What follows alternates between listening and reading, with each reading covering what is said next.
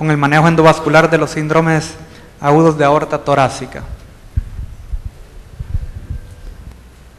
Muchas gracias a las autoridades por la invitación, al doctor Manuel, al doctor Ariel Durán, por habernos invitado, habernos permitido conocer gente maravillosa que estamos conociendo en la región, y esperemos tener algunos minutos o algunos días por lo menos para conocer algo más de este país que parece impresionante, como dice su eslogan.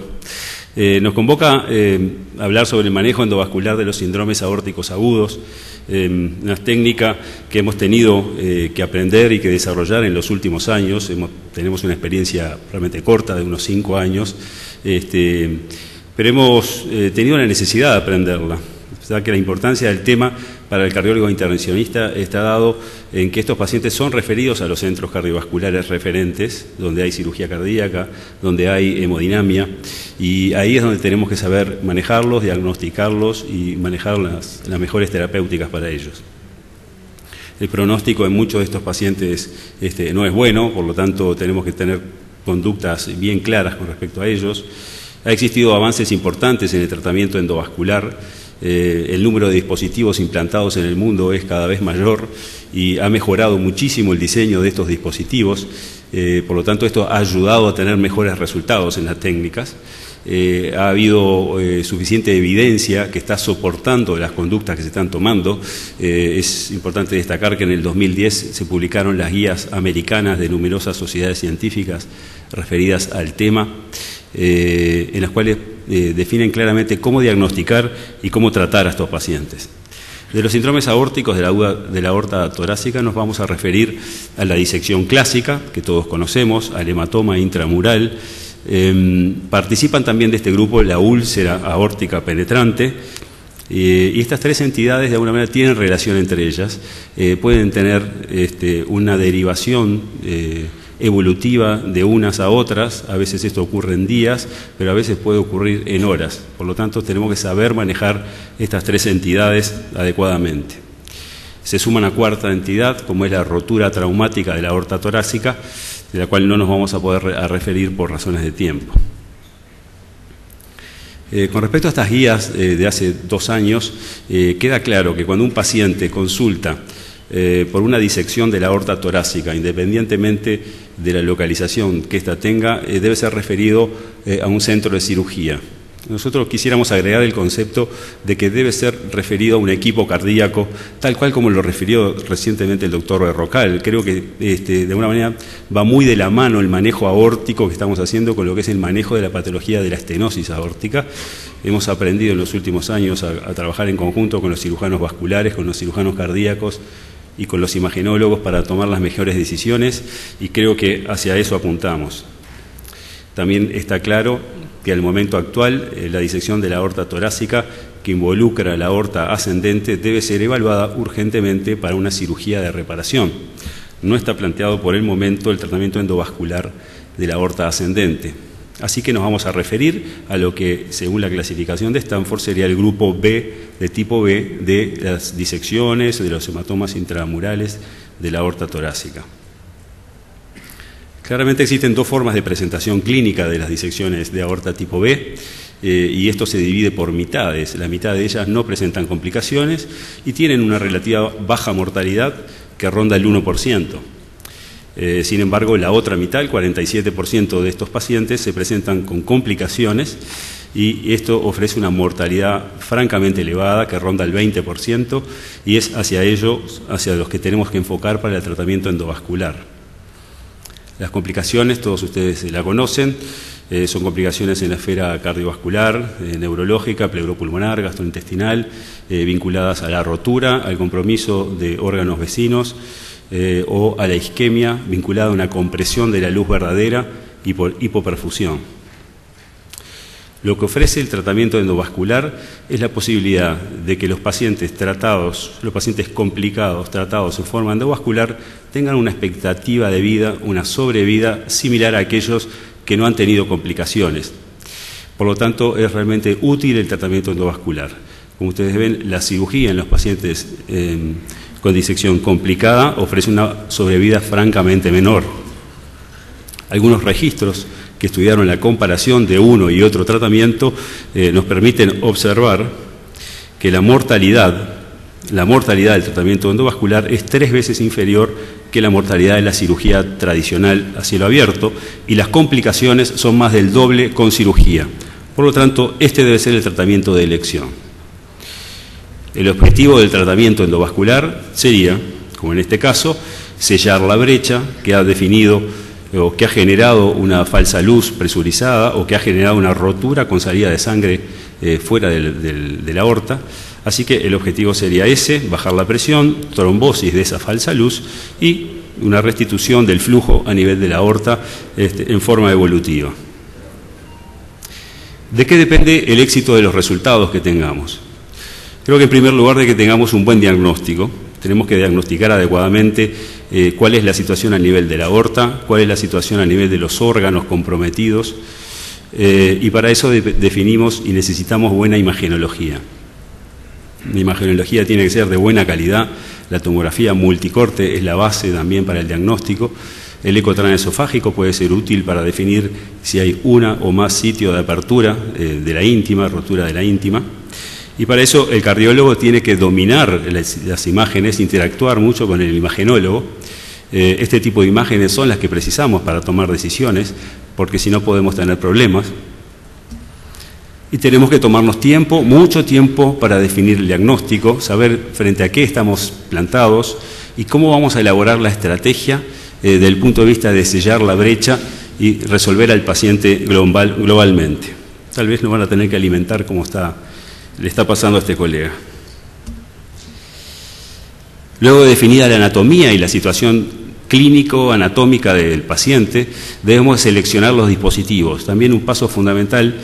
Debemos saber qué dispositivos contamos en nuestros países, que a veces es heterogénea, la accesibilidad a la tecnología, definir los diámetros de la aorta, dónde vamos a sellar y cuánto vamos a extender las endoprótesis en su colocación. Así que esto exige una muy prolija preparación. Debemos de seleccionar qué endoprótesis entonces tenemos en nuestro medio y cuántas de ellas vamos a precisar. Errores de este tipo pueden llevar a complicaciones como son los endoleaks, las fracturas, la migración de las prótesis o eventualmente de la compresión de las endoprótesis. Un repaso de lo que pueden ser las complicaciones: la muerte vinculada al procedimiento del acceso vascular, el stroke, la isquemia espinal, los endoleaks o el colapso del stent son situaciones que se pueden presentar y tenemos que saber prevenirlas o eventualmente después tratarlas. ¿Cómo prevenimos las complicaciones del acceso vascular? Que no es despreciable.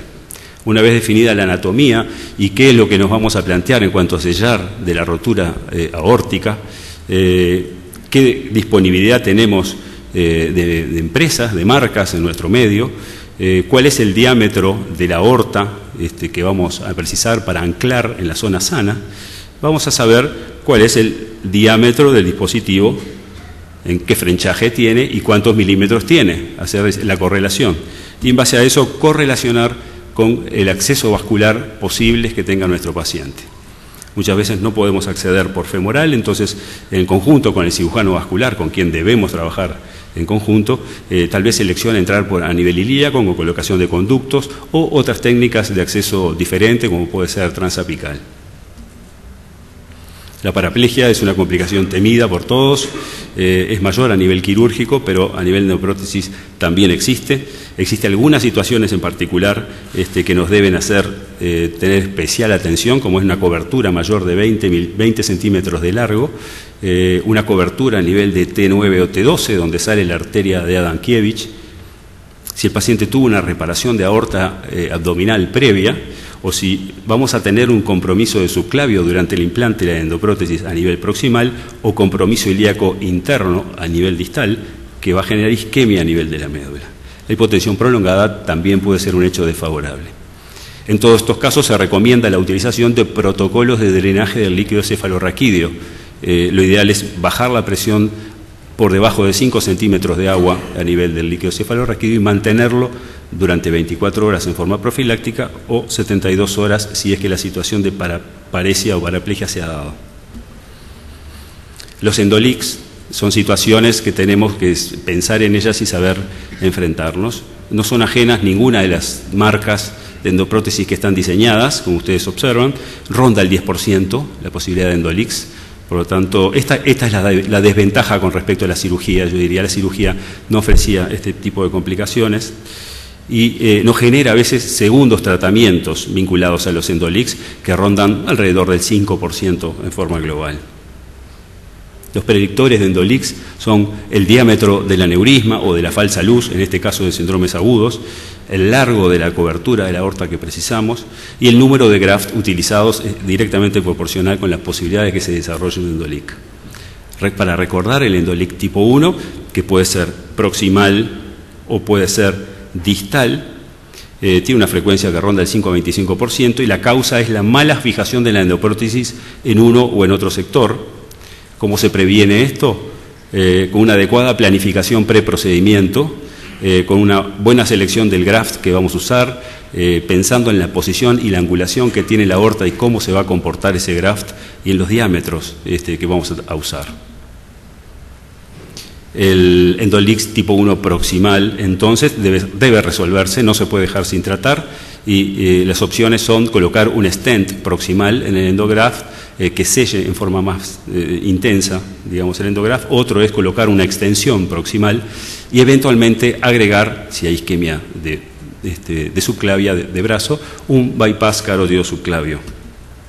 Este es un caso que presentaba una fuga, un leak proximal y con una nueva endoprótesis proximal se pudo aislar. El Endolic de tipo 1 distal es una situación que se asocia frecuentemente con la disección aguda de la aorta. En principio, la solución es observar conducta expectante y estudios seriados imagenológicos para ver qué pasa con el flujo a ese nivel de la falsa luz. Eso no fue lo que nos pasó en este paciente, en lo cual fue un paciente que asistimos en una disección aguda de aorta en situación grave, extremadamente grave, con rotura amplia a hemotórax, con un hemotórax hipertensivo, con un desplazamiento del mediastino hacia la derecha, pero que pudimos colocar una endoprótesis a nivel proximal. Como ustedes observan, hay un cierto colapso de la endoprótesis a este nivel, pero a nivel distal la endoprótesis presenta una fuga clara hacia una falsa luz, constituyendo un endolic distal. En principio el procedimiento terminamos ahí y lo observamos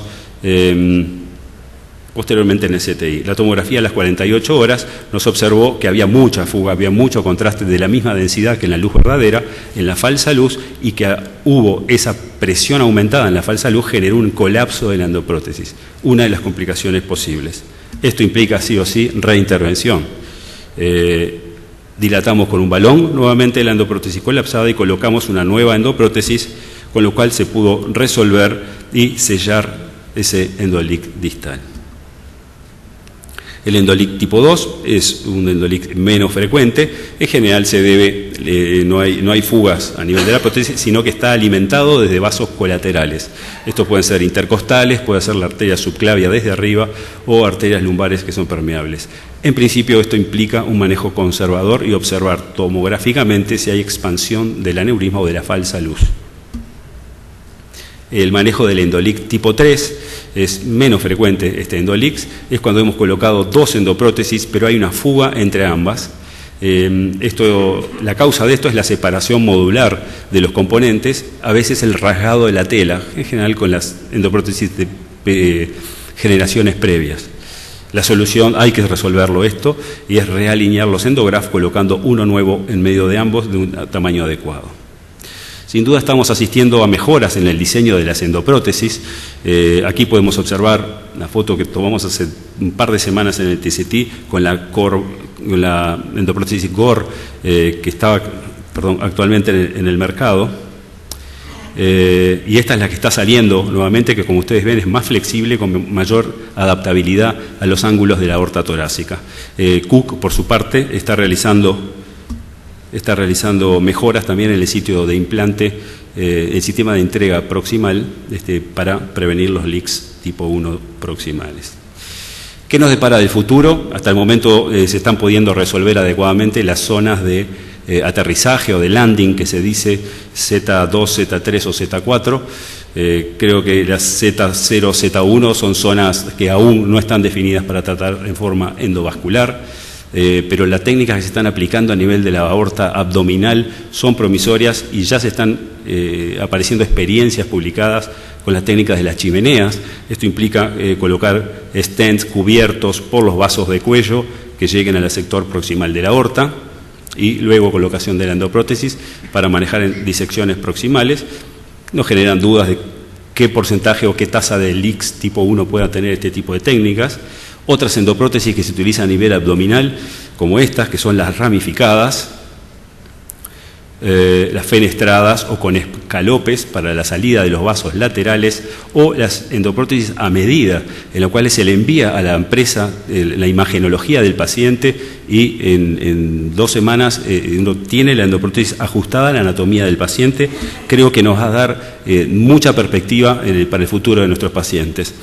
Parece una imagen futurista esta, pero tal vez lo estemos viendo en algunos años, la presencia de endoprótesis que puedan manejar el arco, la aorta horizontal, la aorta descendente, con ramas hacia los vasos de cuello, procedimientos que se realizarán con dispositivos de neuroprotección.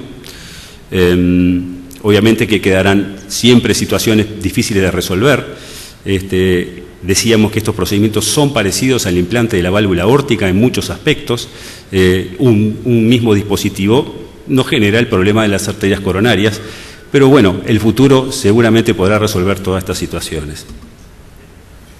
Por lo tanto, diríamos que el tratamiento endovascular en los síndromes aórticos de la aorta torácica descendente permite en este momento abordar a los pacientes en forma menos invasiva y más segura que la cirugía. Actualmente la variedad y complejidad de las patologías aórticas agudas sobrepasa las posibilidades actuales de solucionar a todos los pacientes en forma endovascular. El futuro es muy provisorio, basado en los nuevos dispositivos, pero la discusión en el equipo cardíaco será la que en estos momentos nos asegure cómo definir mejor a qué pacientes podemos beneficiar. Les agradezco mucho. Gracias.